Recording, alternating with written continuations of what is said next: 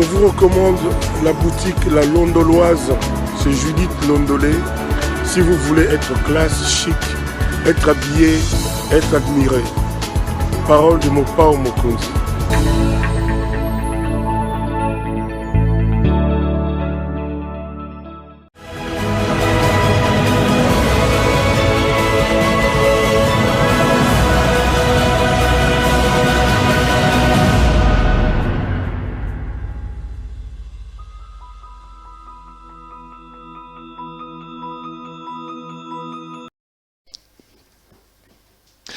Madame, Messieurs, bonjour et bienvenue à ce nouveau numéro de l'émission d'Écrit Info, ce magazine d'analyse d'actualité politique, sociale, économique et même juridique qu'on a lancé ici chez nous à CPL Télévision. Des questions importantes qui retiennent l'actualité dans plusieurs domaines sont mises sur la table. Nous tentons de les décortiquer en leur donnant un sens, une forme, et selon nous, c'est d'ailleurs pour ça que chaque matin, quand on commence cette émission, nous avons tout simplement l'habitude de dire que le Décrit Info, c'est le tempo de l'actu, c'est notre feeling. Ça veut dire quoi? Ça veut dire notre manière à nous de voir les choses, notre manière à nous de les exprimer, notre manière à nous de les ressentir. Je suis très heureux de vous retrouver dans le cadre de cette émission Nabino d'Écrit Information. C'est un magazine d'opinion, je le rappelle. Je suis congolais, on est dans un pays de démocratie. J'ai le droit de donner mon point de vue sur des questions importantes qui retiennent l'actualité, à la politique, à la sociale, à la mboka nangai. Tango makambo yaka. Nayaka de dans le cadre de l'émission Oyo Kopesa Makanisi Nangai, na cadre ya lo, na cadre plutôt ya d'Écrit Information.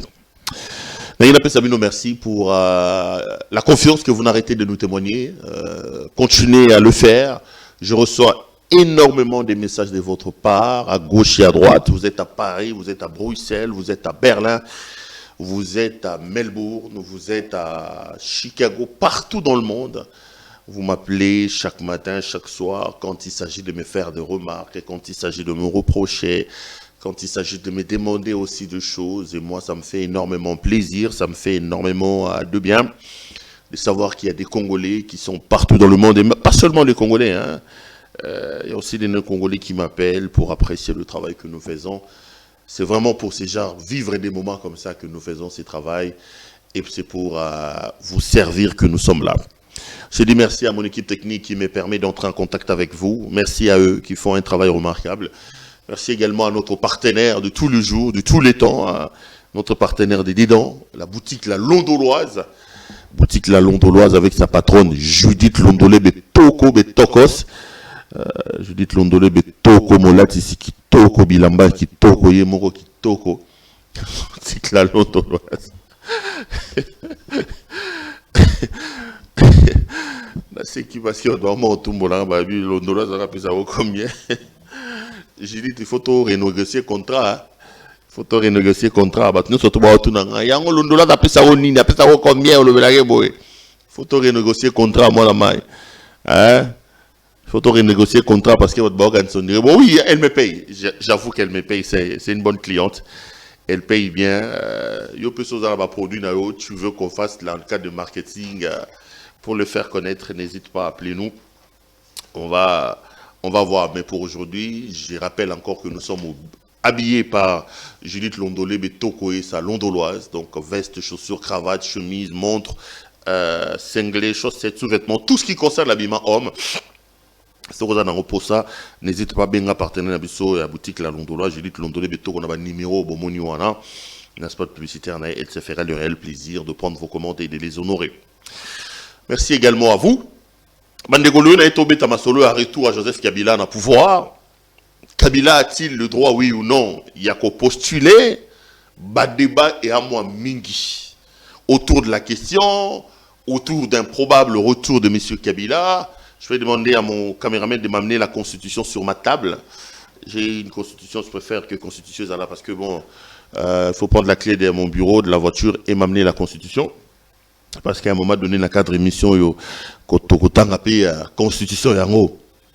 Donc, Tourobé Tamasolo, il y a retour à Joseph Kabila, parce qu'il y en a qui pensent que Kabila doit revenir, que la loi ne le lui interdit pas, tralala, à gauche et à droite. Il y a beaucoup de choses qui se racontent. J'aimerais bien donner mon point de vue là, tout en réitérant ou en rappelant qu'il ne s'agit que d'un point de vue. C'est mon point de vue. Ngaï Claude Perou-Loire, il y a un point de vue dans Ngaï. Il y a un point de vue au Loba. Même si il y a dernièrement, tu as des spectateurs.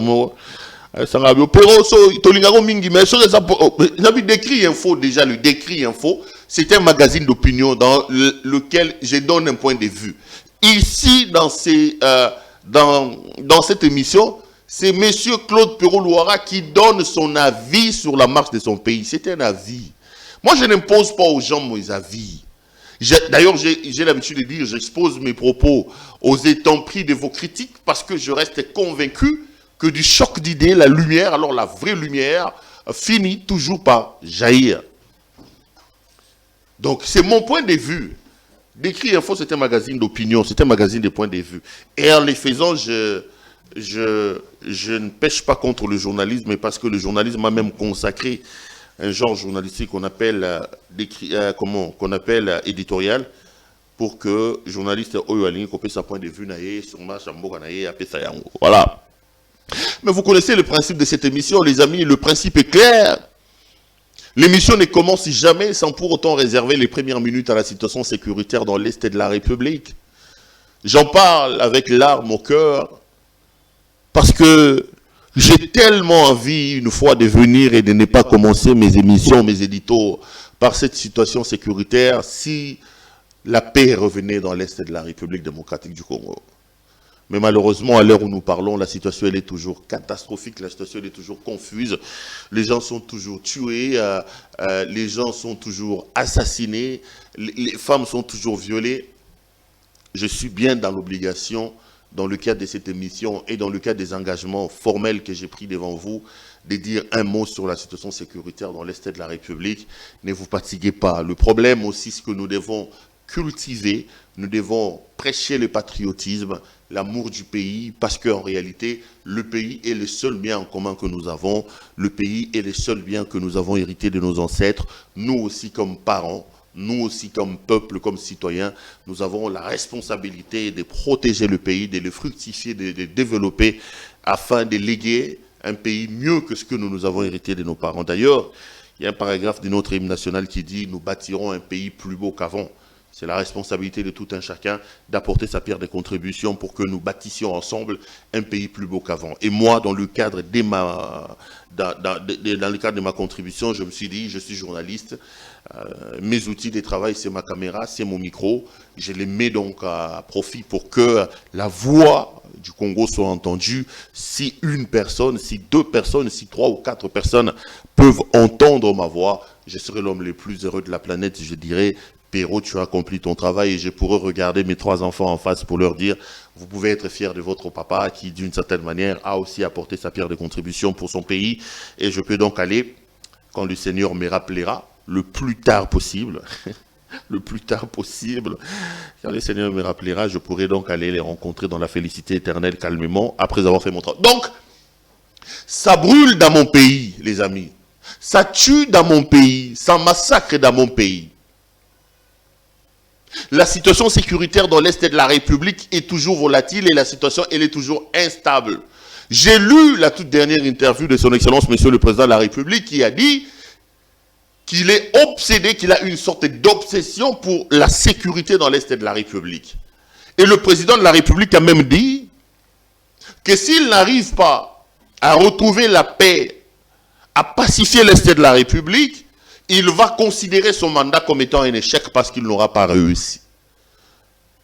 Cette semaine, la semaine qui vient de s'achever, je l'ai dit, je le répète, il y a encore eu des dizaines de massacres, notamment vers Beni là-bas. Vers la province de l'Ituri, plutôt. Les ADF sont rentrés dans des villages avec des machettes, ils ont brûlé des cases, ils ont égorgé les femmes, ils ont tué les hommes, ils ont violé.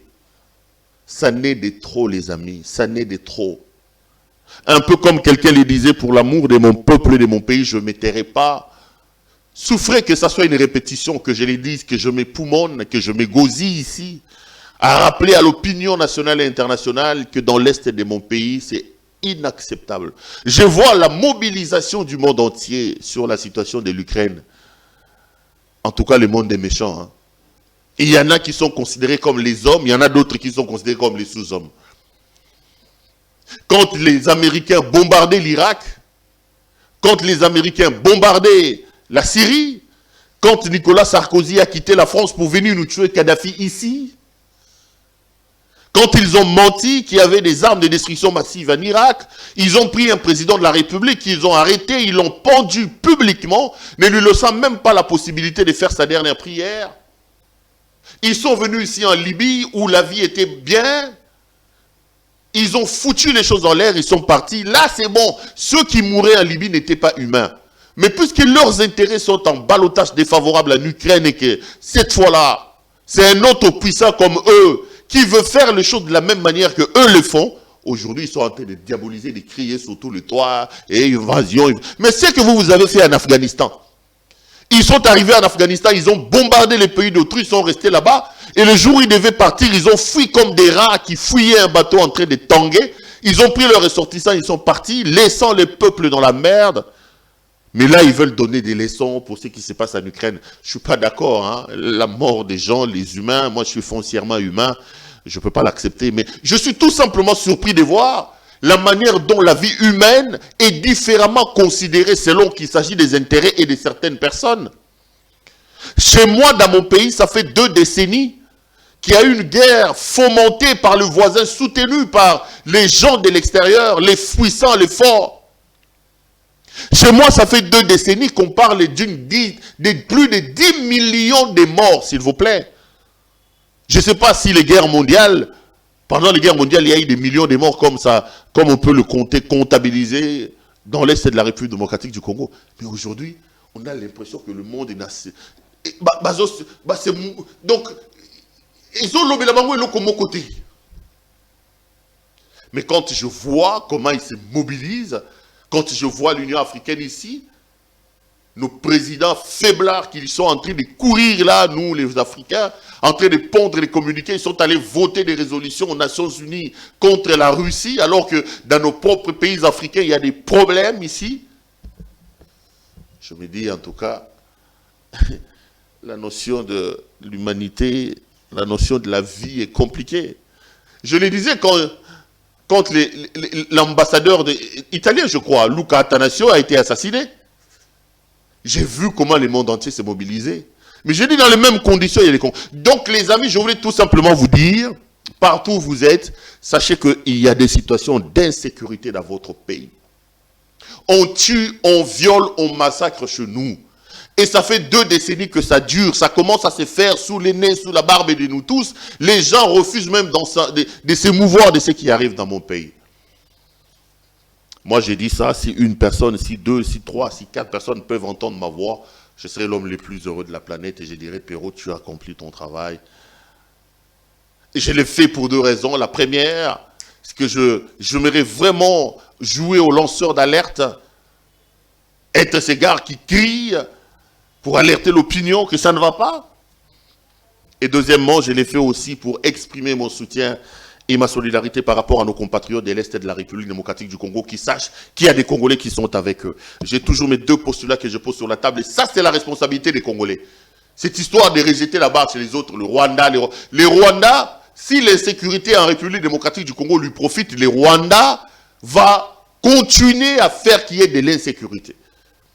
Tous les spécialistes des relations internationales vous le diront, entre les États, il n'y a pas d'amitié. Les États ne sont pas des enfants de cœur, il n'y a que des intérêts. Si l'intérêt du Rwanda passe par l'instabilité et l'insécurité dans l'Est de la République démocratique du Congo, ne condamnez pas le Rwanda. C'est notre responsabilité, c'est à nous de travailler pour tenter de renverser la situation. Donc il faut que nous ayons une armée forte, professionnelle, républicaine. Et deuxièmement, nous devons être capables d'identifier la menace, c'est-à-dire identifier les tireurs d'officiels, les traquer et les punir. La constellation de ces 2 éléments pourra éventuellement nous permettre de voir le bout du tunnel par rapport à cette situation compliquée dans laquelle se trouve notre pays. Voilà ce que j'avais à dire sur l'Est de la République démocratique du Congo. J'en viens à mon sujet du jour. Je voulais un peu qu'on parle d'un éventuel retour ou non de Kabila. Est-ce que Joseph Kabila peut-il, oui ou non, se représenter?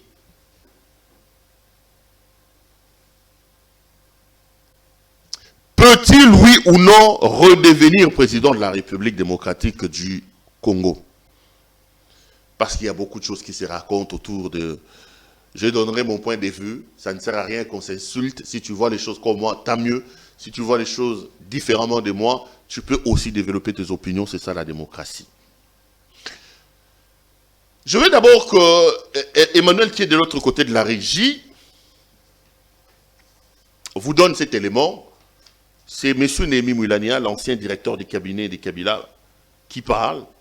On lui a posé la question sur un éventuel retour de Kabila. Il dit que rien n'empêche à Kabila, logiquement, de pouvoir revenir aux affaires. Emmanuel va nous proposer cette vidéo. Et après, je reviendrai pour essayer d'entrer un peu plus en profondeur. Alors, je disais tout à l'heure que la présidentielle, c'est pour 2023, normalement, parce que tout de même, hier, 62 ONG congolaises et étrangères ont exprimé leurs inquiétudes sur la préparation des élections, sur la tenue du calendrier. Apparemment, il y aurait un retard de 12 mois déjà, selon elles. Est-ce que votre formation politique accepterait qu'il y ait un glissement, c'est-à-dire que les élections soient repoussées si rien n'est prêt pour faire des élections plus tard, des élections plus crédibles? Mais nous vous l'avons dit, nous contestons ce processus parce qu'il y a une démarche du fait accompli. Est-ce que vous accepteriez ce glissement? Nous ne pouvons pas l'accepter, bien sûr, parce que la première exigence, elle est constitutionnelle, c'est le respect des délais. Ensuite, il faut rétablir la confiance, et la confiance, ça induit aussi le consensus qui est totalement absent de ce processus. Dans ce cas de comment garantir la crédibilité des élections, comment en même temps garantir leur inclusivité, comment enfin garantir les résultats, l'acceptation des résultats par toutes les parties prenantes. Et je pense que c'est comme ça qu'on a l'impression que finalement on pense beaucoup au pouvoir, mais sans penser à l'avenir du pays. Est-ce que dans cette présidentielle qui est prévue pour l'an prochain, Joseph Kabila pourrait être candidat? Est-ce qu'il le souhaite? Joseph Kabila a joué le jeu de la démocratie pour l'avoir réhabilité jusqu'au bout. Il a permis l'alternance pacifique, quittant le pouvoir à 47 ans. Il est resté un acteur politique majeur et il a une famille politique avec laquelle il faudra compter dans toutes les échéances à venir. Et donc, à 50 ans, je crois qu'il n'a pas pris sa retraite. Est-ce que vous savez s'il souhaite revenir aux affaires en tant que président de la République ou pas? Est-ce qu'il peut se porter candidat à cette présidentielle l'an prochain? Ce qui est sûr, c'est que rien ne l'interdit. Mais est-il que le moment venu, avec sa famille politique, évidemment lui-même devra se décider et ensuite, démocratiquement, au sein de sa famille politique, des options seront levées. Vous venez de suivre M. Néhémie Moulania, Wilondia, ancien directeur de cabinet de M. Kabila, qui est donc passé sur TV5 Monde. On lui a posé la question de savoir si Kabila sera candidat président de la République. Il a dit que rien n'empêche à Kabila d'être candidat aujourd'hui. Les indices d'un possible retour de Kabila sont clairement identifiables avec la campagne que son épouse, Marie-Olive Lembe Kabila, est en train de mener. Ne pensez pas que c'est pour des besoins humanitaires, c'est pour des besoins philanthropiques qu'Olive Lembe est en train de multiplier les tours dans le monde, au Congo. Ce n'est pas seulement pour des besoins philanthropiques que Joseph Kabila va permettre à sa femme de prendre des risques, d'être dans les avions aujourd'hui, d'être dans les avions demain, d'aller dans des coins les plus reculés, parfois même de coins dangereux. Non. Quand on met un peu des lunettes politiques, sans être un prophète, on peut se rendre à l'évidence que les Kabila sont déjà dans la pré-campagne. Marie-Olive Lembe Kabila est tout simplement en train de préparer soit sa propre candidature d'elle, Olive comme candidate président de la République, soit préparer le retour de son mari. Ça c'est évident. Les politologues, les prophètes en politologie peuvent regarder et dire que ce n'est pas innocent. Ce n'est pas pour des besoins philanthropiques ou humanitaires seulement, parce qu'il fait aussi beaucoup de la philanthropie, ça il faut qu'on le reconnaisse, il faut qu'on tire le chapeau. Mais aussi dans les optiques politiques que Marie-Olive Lembe multiplie cela. soit toute dernière sortie à Kalemi, dans la province de Tanganyika, vous dit tout. Voici les éléments. Le premier élément, c'est la première équipe d'avance. Jeannette Kabila, réputée être très dure, à un moment donné ici, dans les rues de Kinshasa, il se rapportait qu'elle et Olive Lembe, ça ne passait pas. Je ne confirme pas, je n'infirme pas non plus. Je rapporte ce que la rue disait. Mais voir Jeannette Kabila, qui fait trembler le clan Kabila et les collaborateurs de Kabila, celle qui s'est fait appeler Dada, accepter d'être équipe d'avance pour aller préparer l'arrivée d'Olive Lembe Kabila à Kalemi, ça dit beaucoup. En réalité, Jeannette Kabila doit probablement savoir que le travail que notre belle-sœur fait ici, elle ne le fait pas peut-être pour son propre compte, mais elle prépare notre retour et le retour de notre frère. C'est comme ça qu'elle s'est dépouillée de tout son orgueil, au point de se transformer en éclaireur de sa belle-sœur. Je l'ai vu au pied de l'avion pour accueillir Olive Lembe, faisant une aide d'honneur. Moi, je regardais, je dis, ça, ce n'est pas innocent. Jeannette Kabila ne le ferait pas pour les beaux yeux d'Olive Lembe seulement. Ils sont certainement en train de préparer leur retour. Deuxième élément, regardez la mobilisation qu'ils ont organisée. Je parle d'abord de Kalemi. Un stade plein à craquer. Et entendez le message d'Olive Lembe. Il dit ceci. La reconnaissance doit être mise dans le monde. Sans le citer, il parle de Félix-Antoine Tshisekedi Tshilombo. Parce que dans la chanson Ingratitude de Tchala Moana, qui lui a créé des problèmes et qui l'a amené à l'Agence nationale des renseignements, même s'il ne cite pas le président de la République, mais tout le monde sait que c'était une chanson qui était orientée vers le président de la République. Ils s'estiment être dans une situation où ils ont donné le pouvoir à Félix Tshisekedi, mais qui leur a tourné le dos aujourd'hui. Parce qu'Olive Lembe le dit. Bon, ça la reconnaissance, c'est ça la malamu. Et elle va plus loin. Elle dit, faites confiance à Kabila. Parce que Kabila, quand il vous promet quelque chose, il le réalise. Mais les amis, mettons des lunettes. Kabila était l'ancien président de la République qui a géré le pays pendant 18 ans. Il a fait ce qu'il a pu. Il nous a doté d'une constitution que j'ai ici. Il a fait ses 2 mandats, il est parti. Aujourd'hui, il est ses cultivateurs, ses commerçants. Mais quand sa femme, dans un meeting populaire, nous dit « Bon, ça, la confiance n'a Kabila. » Parce que Kabila, quand il promet, il réalise. Il respecte ses engagements. C'est clair. Olive est en pré-campagne pour le compte de son mari, Joseph Kabila. Olive est en pré-campagne. On n'a pas besoin de mettre de lunettes pour comprendre que le camp Kabila est en train de s'organiser, de se réorganiser. Et ça ne passe pas le temps. Vous voyez Némi Mouilania passer sur TV5 pour dire il n'y a rien qui empêche Kabila de revenir. Ils ont une méthode à faire. Bientôt, ils vont envahir l'espace médiatique sur des débats sur un probable retour de Joseph Kabila au pouvoir. Kabila, vous pouvez tout dire de lui. On peut les critiquer. Moi, j'ai critiqué Kabila. Vous connaissez ma position sur Kabila. Je reste convaincu que Kabila était un mauvais président. Il a mal dirigé le pays. Mais Kabila a la chance d'avoir laissé le pouvoir à Félix Tshisekedi, qui est aujourd'hui un élément qui peut amener les Congolais à comparer. Aujourd'hui, si les Olive Lembe Kabila, si les Kabila, les Némi Mouilania, tout ce que tu racontes là, ont la possibilité de se tenir et de regarder les Congolais en face, de tenir un discours basé pour Makassa Koloba, elle est bangote. Et elle est UDPS, moutapesi bango makasi wana. Elle est UDPS. Parce qu'au soir de son mandat, Kabila était un homme vomi. Les Congolais ne l'aimaient plus. Kabila était un homme vomi.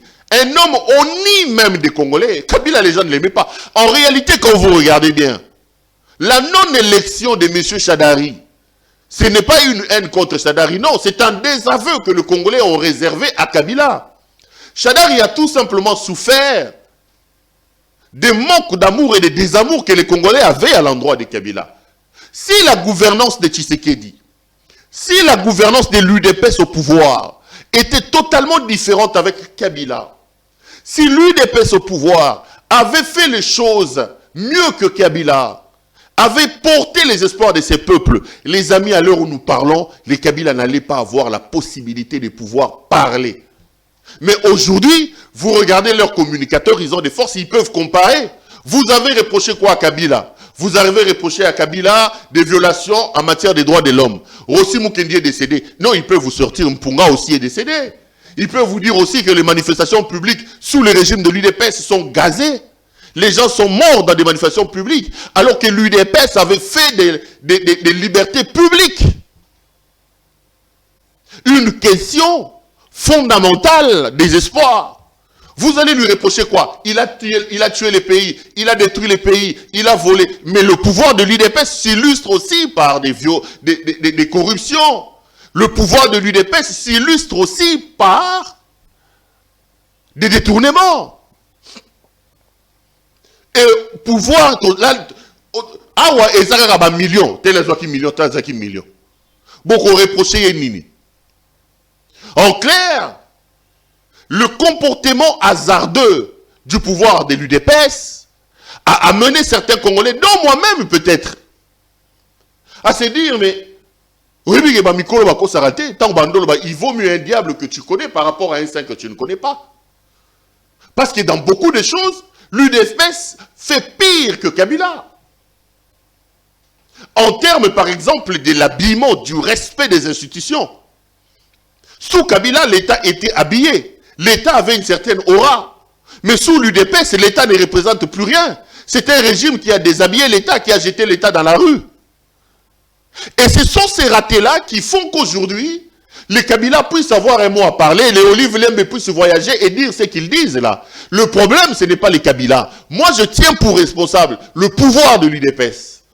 Ceux qui sont arrivés au pouvoir, ceux qui ont remplacé Kabila, ont fait des combats de Etienne Tshisekedi, n'ont pas une matérialisation alors qu'ils sont au pouvoir. Les valeurs incarnées par Tshisekedi, le père Etienne Tshisekedi, ne sont pas visibles dans l'action, dans la gouvernance de ses prédécesseurs idéologiques et biologiques qui sont au pouvoir aujourd'hui. C'est ça le problème en fait. C'est ça le problème. Et aujourd'hui, vous allez vous rendre compte qu'il y en a des Congolais qui réclament le retour de Kabila. Moi-même ici, à un moment donné, je vous ai dit, si on est sincère, il y a certaines choses pour lesquelles nous devons demander pardon à Kabila. Je prends un exemple simple. Les relations avec le Rwanda. Kabila était insulté ici, Rwandais Hippolyte Kanambe. Disait de lui que son père n'était pas son père, que lui-même était Rwandais. Mais la manière dont Kabila a entretenu les relations avec le Rwanda, ce n'est pas... Aujourd'hui, le Rwanda, c'est... Attendez, on nous présente Paul Kagame comme un frère et un ami. Le Rwanda est en train de raffiner notre or. Le Rwanda, c'est le patron à l'époque de Kabila. Ils avaient encore un peu plus peur qu'ils l'ont aujourd'hui. Ça, c'est la gouvernance de l'UDPS. C'est cette gouvernance-là qui aujourd'hui permet à Olive Lembe Kabila de pouvoir parler. Permet à India Omari. Permet à Aristote Ngaribe, à Mova. Parce que j'étais au vernissage du livre du professeur Némi Moulania. Mova a dit une phrase, il dit, il a suffi 3 ans à ceux qui disaient qu'en 18 ans Kabila n'a rien fait, il leur a suffi 3 ans pour qu'ils se rendent compte, pour qu'ils se mordent le doigt et qu'ils se rendent compte que la critique était facile alors que l'art était difficile. La gestion de l'UDPS démontre que l'art est effectivement difficile alors que la critique elle est facile. On a l'impression que les partis n'étaient pas préparés pour exercer les fonctions d'État. Le parti n'était pas préparé pour porter les espoirs de ces peuples. C'est ce qui fait qu'aujourd'hui, les Kabila commencent à parler. Premier élément. Deuxième élément, il faut voir la léthargie qui caractérise la gestion de l'UDPS, même sur le plan politique. Pendant que Kabila prend sa femme, l'envoie au front, pré-campagne pour travailler. De l'autre côté, on est dans des guerres. L'Union sacrée a fait, Katumbi a fait, Molière vient ici, il nous dit, l'Union sacrée c'est un bateau qui est en train de tanguer, qui n'a ni tête ni queue. L'organisation n'est pas là. Je me demande bien qu'est-ce qui se passe avec le pouvoir actuel. Les gens ne savent pas avoir du répondant. Ils répondent des quilles. Aucune structuration, aucune organisation. Et ça pose problème. Pendant qu'ils sont en train de se faire des guerres intestines, Kabila, elle, est en train de pousser les pions. Sa femme est là, sous la casquette des actions philanthropiques. Mais il fait passer les messages politiques. L'Union sacrée risque de se réorganiser et de se réveiller en retard. Même quand vous prenez l'UDPS, qui devait être la locomotive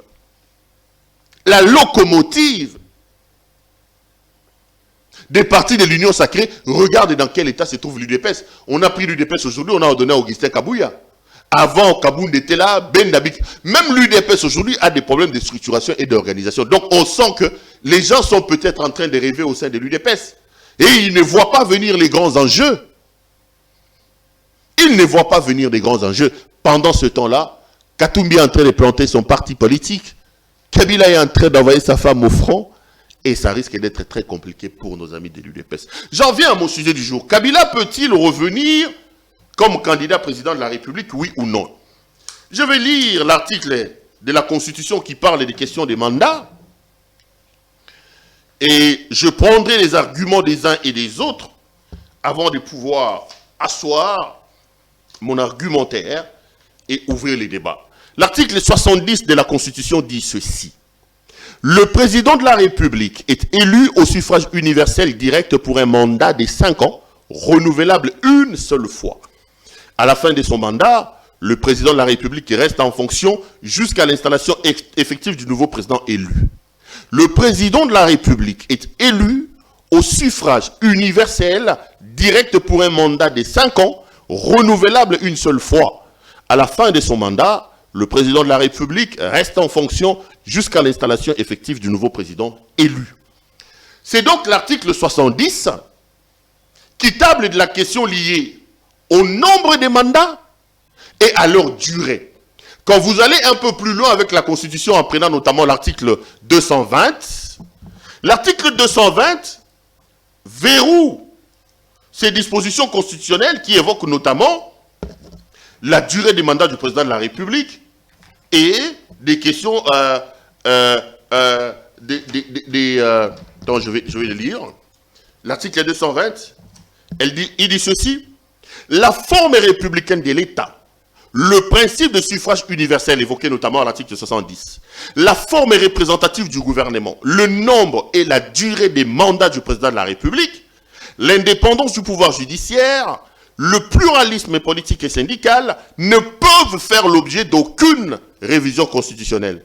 Est formellement interdite toute révision constitutionnelle ayant pour objet ou pour effet de réduire les droits et libertés de la personne ou de réduire les prérogatives des provinces et des entités territoriales décentralisées. Donc, l'article 70 que je venais de lire est conforté par l'article 220 qui rend même cet article-là inviolable. Ça veut dire qu'on ne peut pas réviser.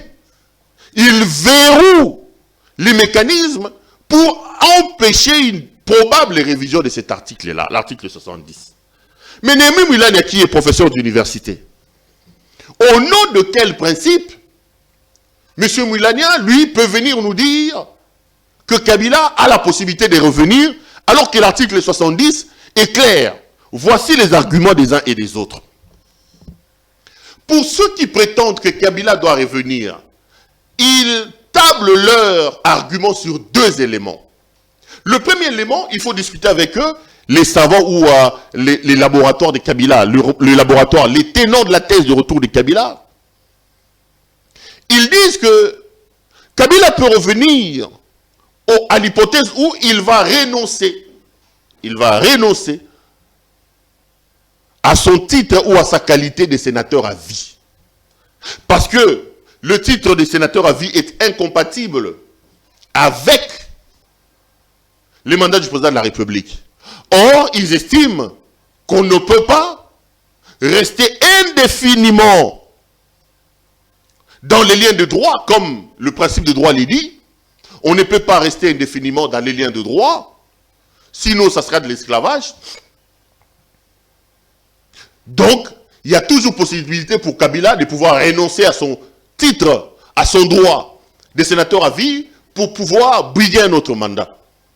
Et les tenants de cette thèse estiment que la Constitution de la République, en évoquant le fait que tous les anciens présidents de la République sont des sénateurs à vie, c'était pour la Constitution de la République une possibilité de mettre l'ancien président dans une situation d'incompatibilité pour qu'il ne revienne pas. Or, s'il est reconnu qu'on ne peut pas rester indéfiniment dans les liens de droit, Kabila peut donc renoncer à ces droits-là pour revenir, comme d'ailleurs un principe de droit dit Nemo quise culture, in manere in wikilum juris. Donc, on ne peut pas rester indéfiniment dans des liens de droit. Non.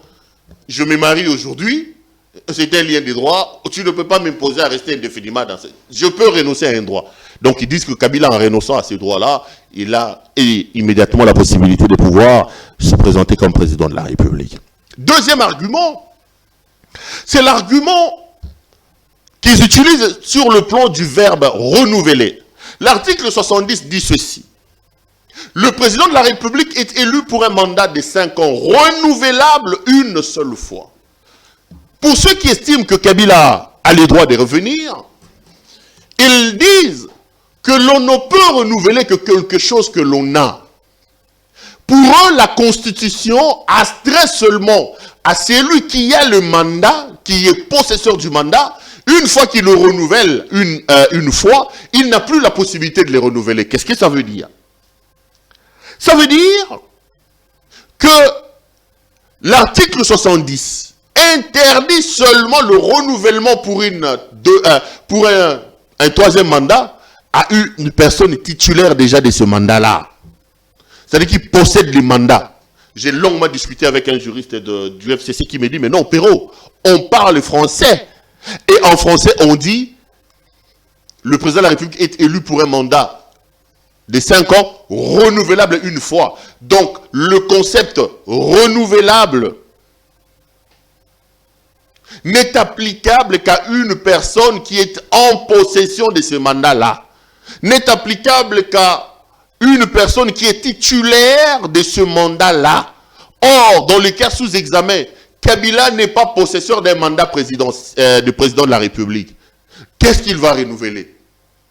Le fait que Kabila ne soit plus possesseur d'un mandat de président de la République, le mot renouvelable ne peut plus lui être appliqué, donc il ne peut se représenter. C'est les arguments.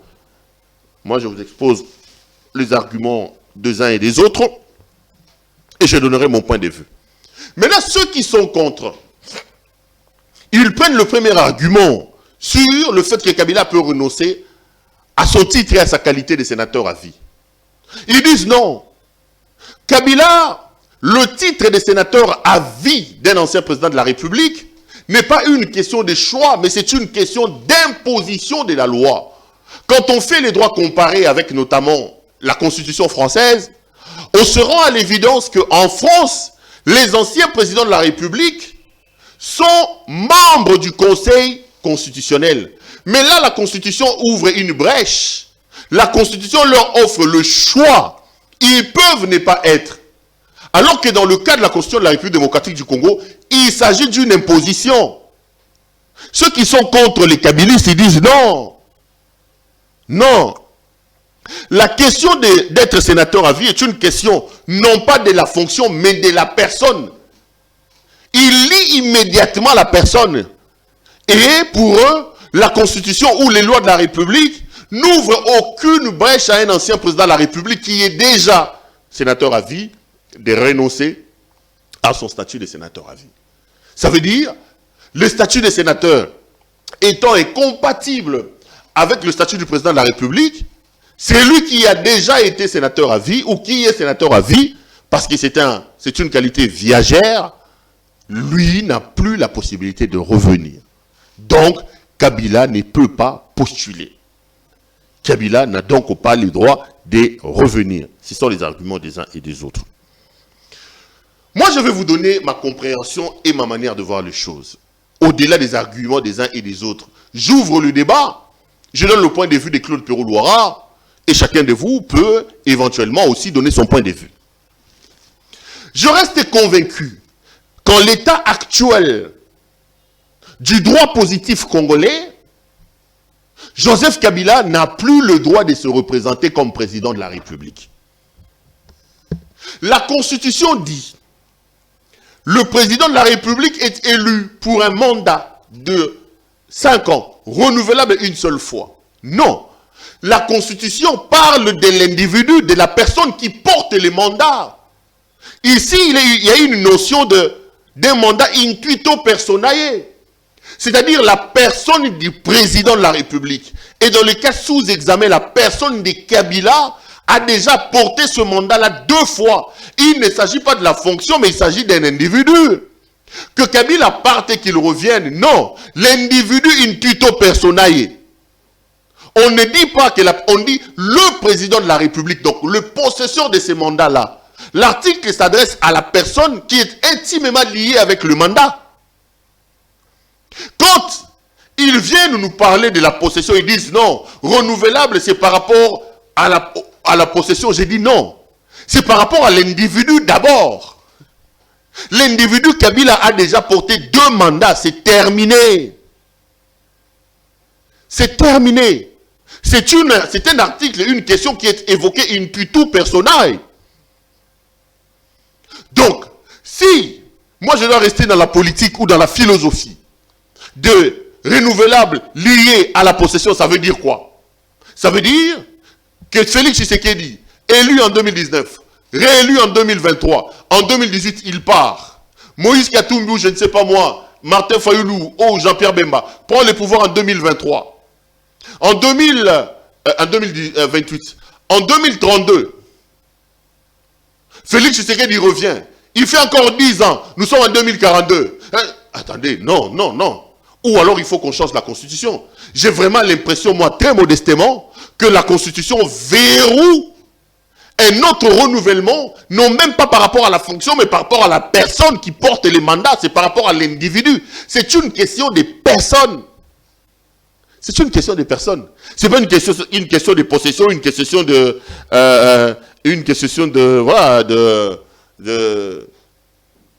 fonctions.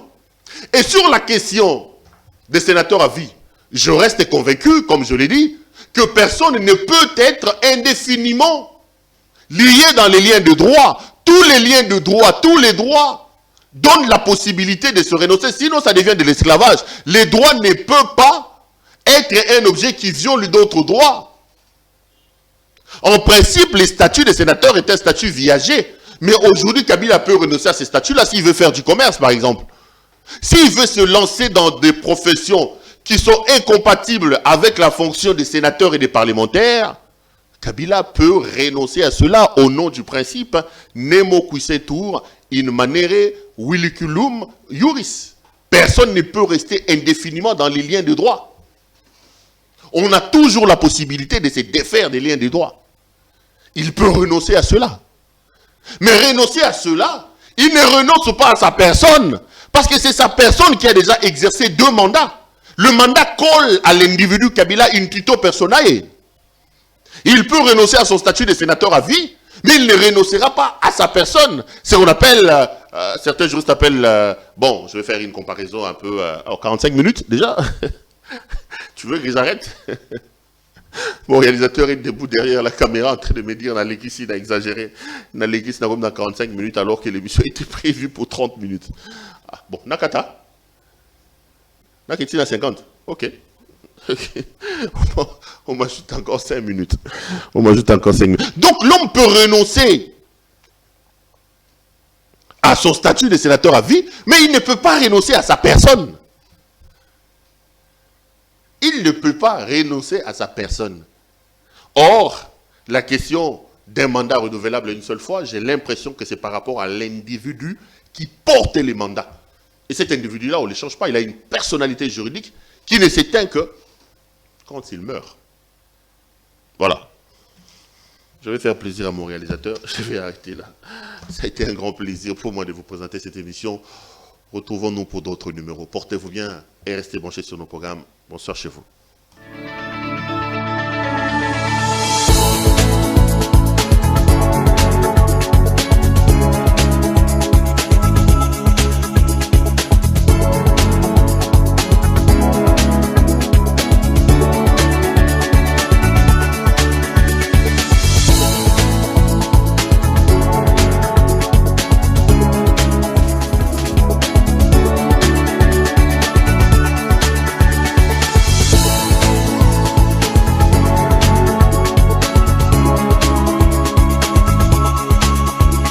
vous recommande la boutique La Londoloise, c'est Judith Londolé.